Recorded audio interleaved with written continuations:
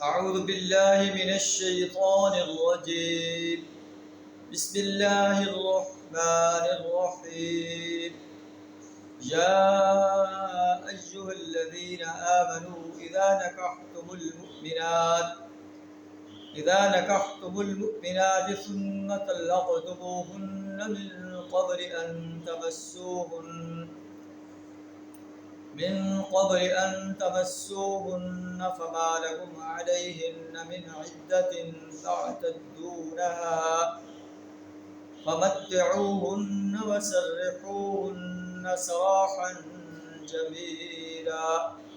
صدق اللہ العظیم. سورہ الاحزاب آیت نمبر 49 آپ کے سامنے تلاوت کی ہے.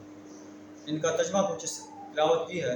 اس کا ترجمہ کچھ اس طرح ہے: یا ایھا الذین آمنوا، اے ایمان کا دعویٰ کرنے والے انسانوں، اذا نکحتم المؤمنات، جب تم مومن عورتوں سے نکاح کرو، ثم طلقتموہن من قبل ان تمسوہن، پھر انہیں ہاتھ لگانے سے پہلے طلاق دے دو، جنہیں تم نے ان سے خلوت نہیں کی ہے، ہم بستری نہیں کی ہے، اس سے پہلے ان کو طلاق دے دو.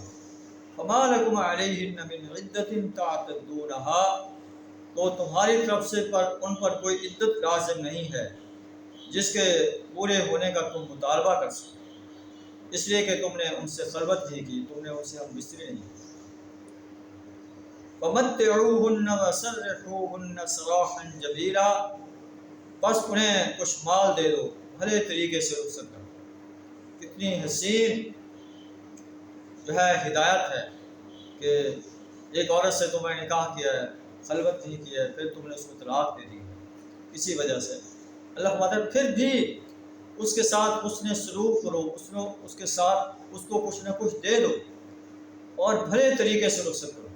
ہمارے ہاں جو ہمارے معاشرے میں رائج ہے، عورت کو ذلیل کر کے جو ہے گھر سے نکالا جاتا ہے، اسے بڑے ڈس آنر کر کے اس کو طلاق دی جاتی ہے اور گھر سے جو ہے بڑے غلط انداز سے نکالا جاتا ہے.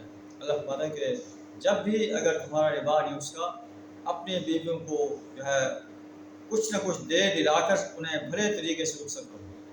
جن کے حق مہر ہیں ان کو حق مہر واپس کرو. اگر حق مہر مقرر کیا ہوا ہے اور تم نے خلوت نہیں کی، پھر بھی آدھا حق مہر دے دو. اگر حق مہر نہیں مقرر کیا، خلوت بھی نہیں کی، پھر بھی اس کو کچھ نہ کچھ دے دلا کر رخصت کر دو. یہ عظیم سنہری ہدایت ہے جو اہل ایمان کو اللہ تعالیٰ ارشاد فرما رہا ہے. اللہ سے دعا ہے ہمیں اس آرڈر پر عمل کرنے کی توفیق عطا فرمائے. وآخر دعوانا ان الحمد للہ رب العالمین.